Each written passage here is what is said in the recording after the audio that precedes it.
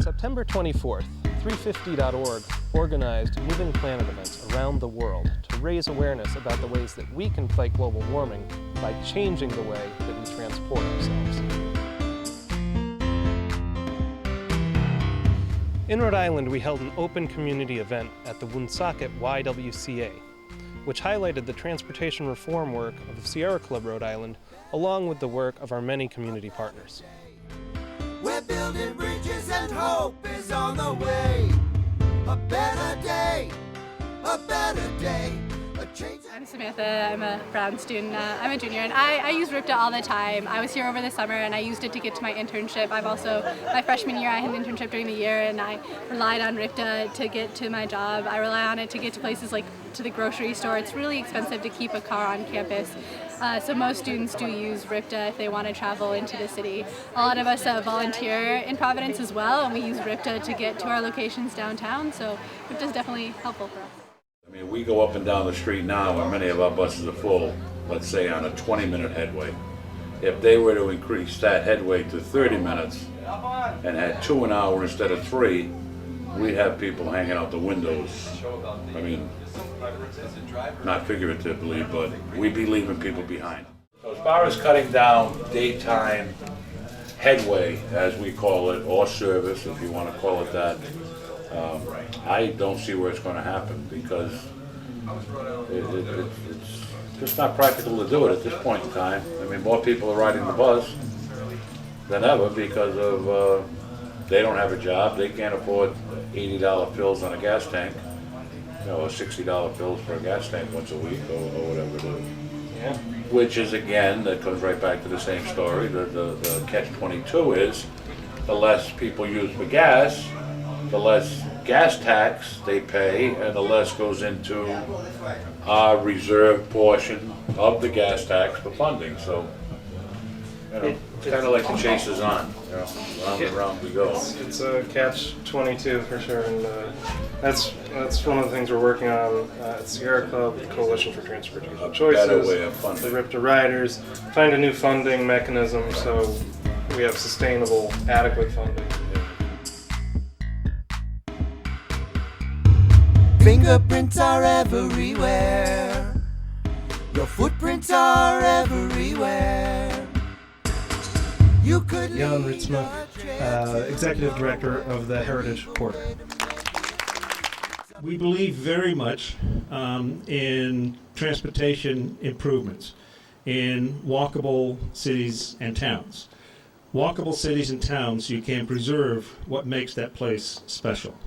If it's designed only for cars or big buses, you lose the character of that place. The greatest evidence of how we are committed to biking and moving on this planet was actually this morning. At around 9 o'clock, the big Greenway Challenge kicked off in Lincoln Woods.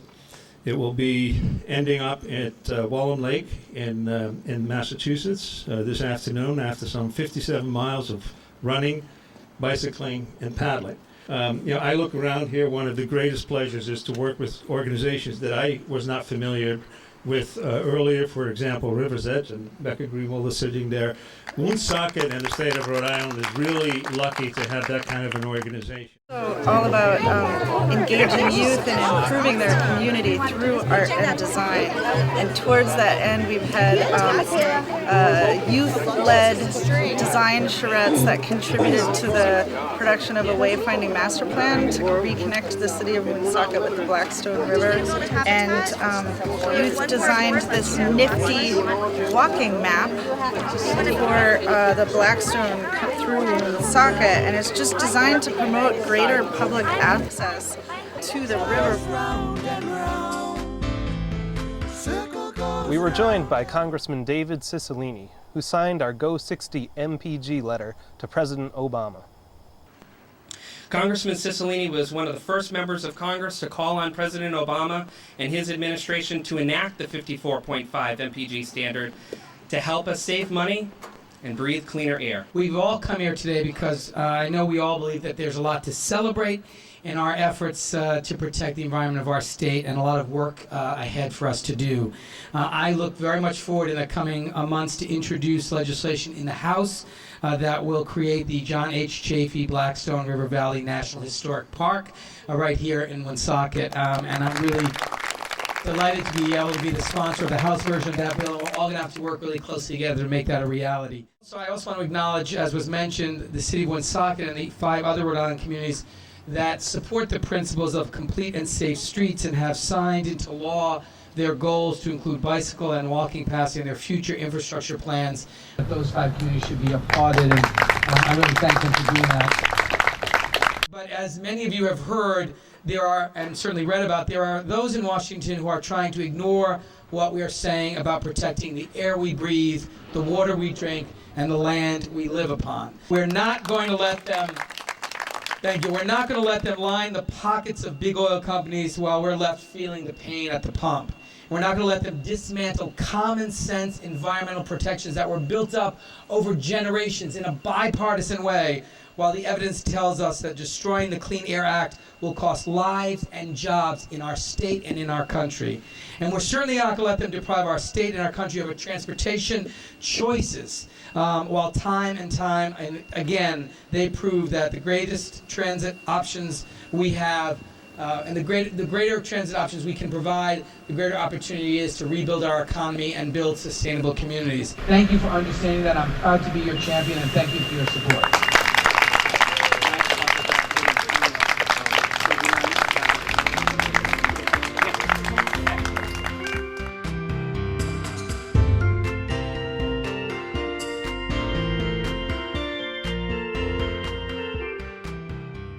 What makes Sierra Club successful in everything it does is really the activism of its volunteers. What I really like about being involved in the Sierra Club is the grassroots nature of the organization.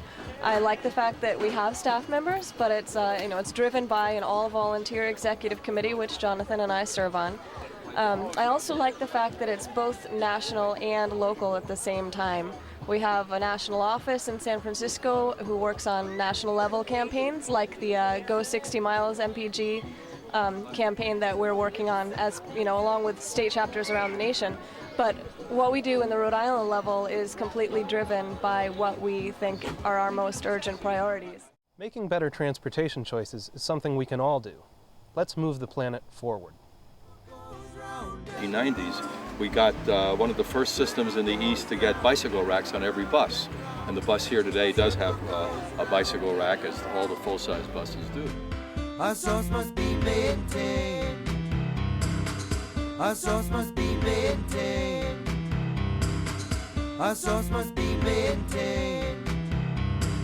Happy days forever yours. Oh, light that match and let it burn, burn, burn. Oh, let it burn, burn, burn. Yeah, let it burn, burn, burn. Oh, let it burn. A better day, a better day. We're building bridges and hope is on the way.